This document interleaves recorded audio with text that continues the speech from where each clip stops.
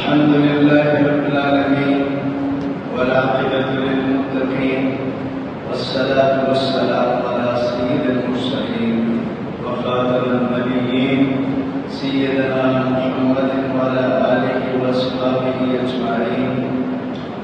أما بعد فأعوذ بالله من الشيطان الرجيم.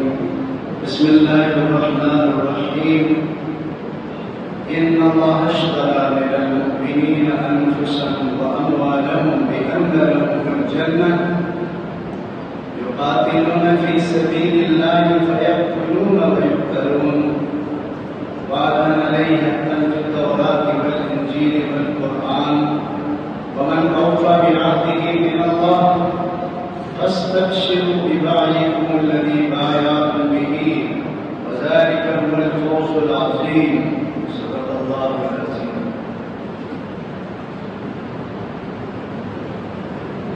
اللهم صل على محمد وعلى آل محمد وبارك وسلم تسلیما. میرے انتہائی محترم بھائی بزرگ دوستوں، سورہ توبہ کی آیت نمبر 111 انتہائی خوبصورت مضمون پر مشتمل ہے،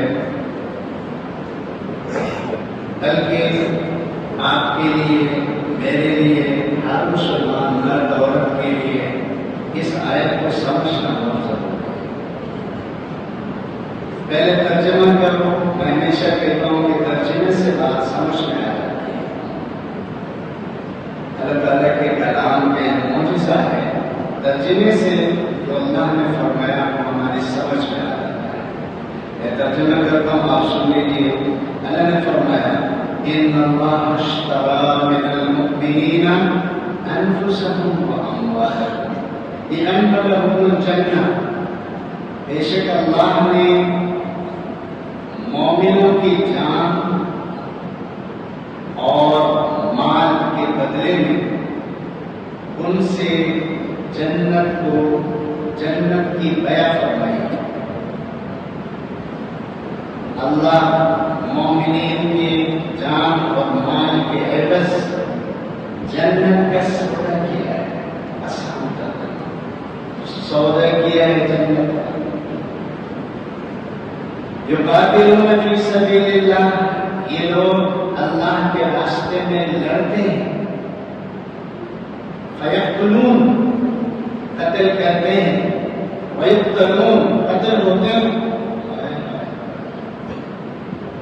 قتل کرتے ہیں اور قتل ہوتے ہیں، قتل کرتے ہیں اور قتل ہوتے ہیں. وعدا علیہ حقا فی التوراۃ والانجیل والقرآن.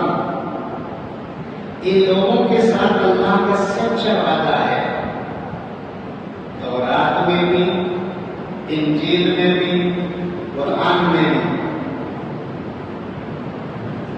ومن اوفى بعهده من اللہ، اور بھئی اللہ سے زیادہ وعدے کا پابند کون ہے؟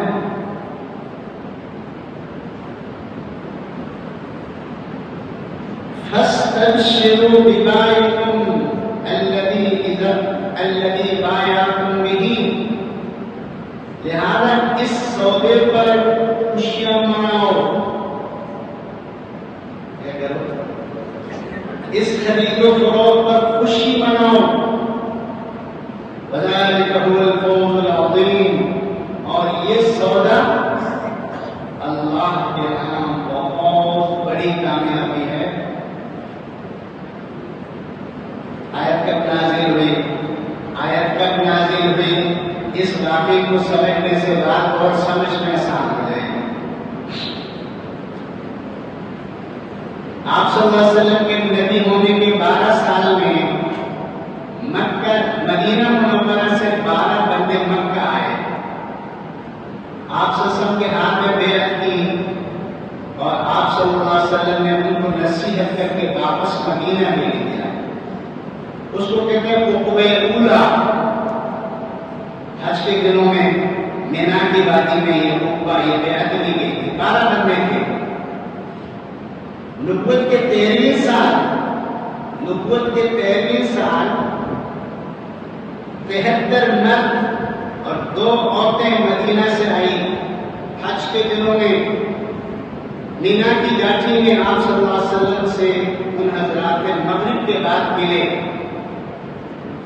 اور آپ صلی اللہ علیہ وسلم کو مدینہ چلنے کی دعوت دی. تو آپ صلی اللہ علیہ وسلم نے فرمایا کہ اللہ کی طرف سے فی الامر مجھے نہیں ہوا, اللہ کی طرف سے حکم ہو جائے تو میں آ جاؤں گا. ان میں سے ایک سردار, ایک جذباتی مسلمان عبداللہ بن رواحہ رضی اللہ تعالیٰ عنہ بھی تھے. انہوں نے کہا یا رسول اللہ, ہم آپ کے پاس ایک عہد لے کر آئے ہیں, آپ اپنے بارے میں اور اللہ کے بارے میں جو شرائط طے کریں گے ہم ماننے کے لیے تیار ہیں. آپ اپنے لیے شرائط بنوائیں, آپ اللہ کے بارے میں شرائط رکھیں, ہمیں قبول ہے. آپ سے سب نے فرمایا اللہ کی صحیح روایت مسلم اور بخاری کی صحیح میں سنا, کمزور روایت نہیں سنا. حضور صلی اللہ علیہ وسلم نے فرمایا اللہ کے بارے میں یہ شرط ہے کہ سارے مسلمان اللہ ہی کی عبادت کریں, اللہ کے ساتھ کسی غیر کو شریک نہ کریں. انہوں نے کہا یا رسول اللہ ٹھیک ہے, ہم ایسے ہی کریں گے. حضور نے فرمایا کہ بھائی جس طرح تم اپنی جانوں کی, مالوں کی, اولاد کی حفاظت کرتے ہو, میری حفاظت اس سے بڑھ کر کرو گے. سب نے ہاتھ اوپر کے یا رسول اللہ اپنی جانوں سے, اپنی مالوں سے, اپنی اولاد سے, اپنی عزت سے, اپنی آبرو سے بڑھ کر آپ کی حفاظت یقینی ہے. عبداللہ بن رواحہ سارے اس شرط کو قبول کرنے کے بعد کہ یا رسول اللہ ہمیں اس بدلے میں کیا ملے گا, ہمیں اس بدلے میں کیا ملے گا. حضور صلی اللہ علیہ وسلم نے فرمایا تمہیں اس بدلے میں دو چیزیں ملیں گی بھائی, ایک اللہ راضی ہوگا اور دوسرا جنت ملے گا. کیا ملے گی؟ جنت. ایک اللہ راضی ہوگا, اللہ راضی ہو کر آپ کی دنیا تو بنے گی, آخرت میں جنت.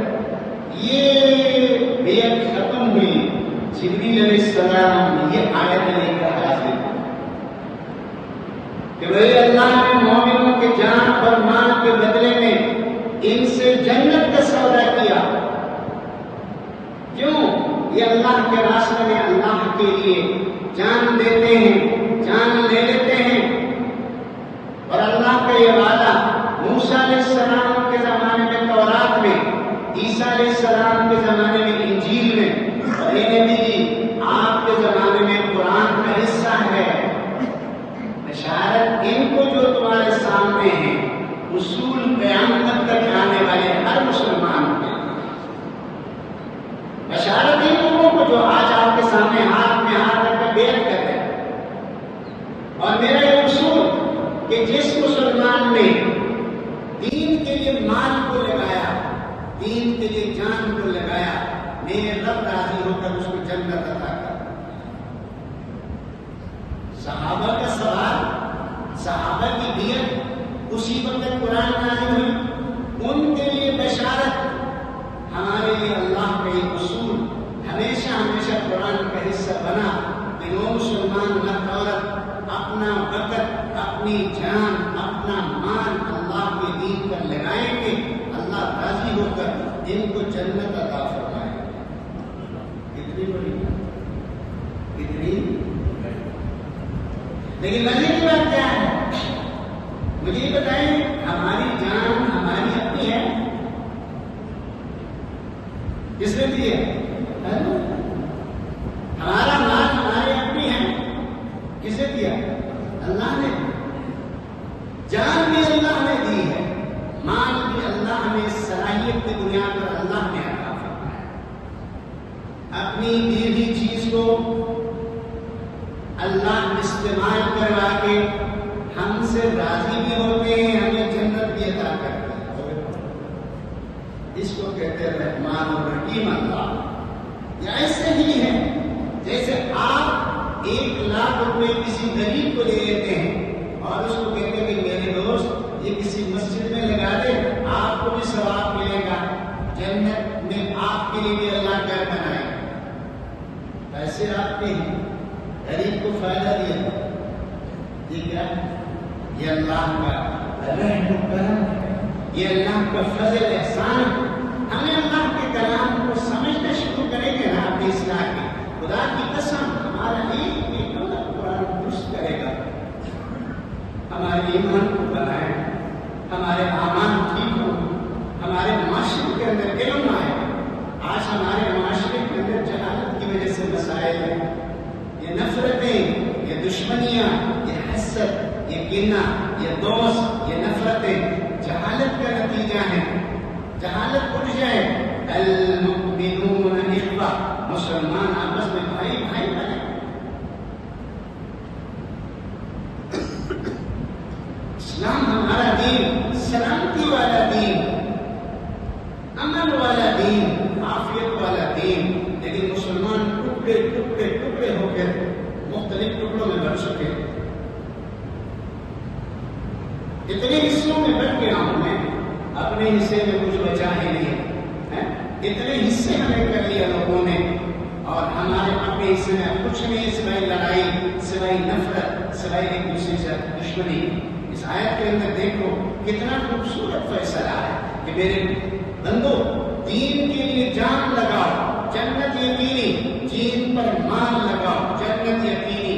مال کو لے کر بھی اللہ کو راضی کرتا ہے مومن، جان کو لے کر بھی اللہ کو راضی کرتا ہے مومن اور مومنہ۔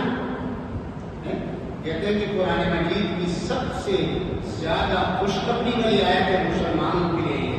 پھر اللہ نے فرمایا میرے بندو جو سودا میں نے تمہارے ساتھ کیا ہے، اس سودے کی بشارتیں دو ایک دوسرے کو، اس سودے پر جان اور مال کے بدلے میں جنت کا جو سودا میں نے کیا ہے، فاستبشروا، خوشی مناؤ، خوشی مناؤ، جشن مناؤ کہ تمہارے رب نے اپنی دی ہوئی جان، اپنے دی ہوئی مال کو اپنی جنت کا معاوضہ بنا کر تم سے عہد کر لیا۔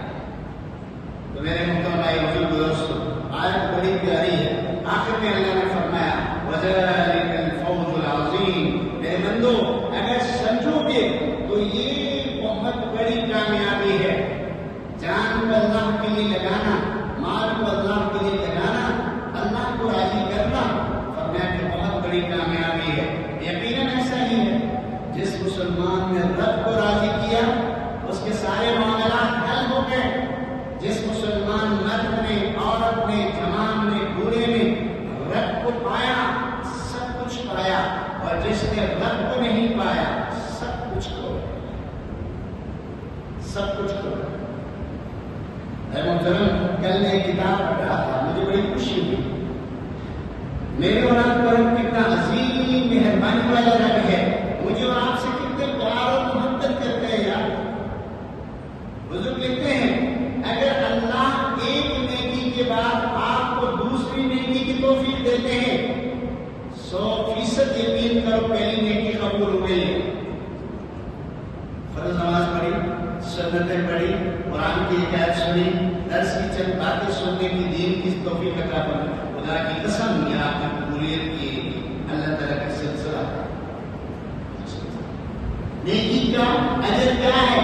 نیکی کا اجر پہلا نیکی ہے۔ ایک نیکی کی دوسری نیکی کی توفیق ملی، ایک اچھائی کی دوسری اچھائی کی توفیق ملی، تو سمجھ لو کہ آپ سے اللہ راضی ہے۔ اور ایک گناہ کے بعد جب مسلمان دوسرے گناہ کرتا ہے تو یہ اس گناہ کی نقد سزا ہے۔ اس لیے مسلمان کی شان یہ نہیں ہے کہ وہ گناہ کر کے خوش ہو جائے، پریشان ہو جائے اور ندامت اختیار ہے، وہ اپنے آپ کو جناب پشیمان سمجھے۔ یہ ساری چیزیں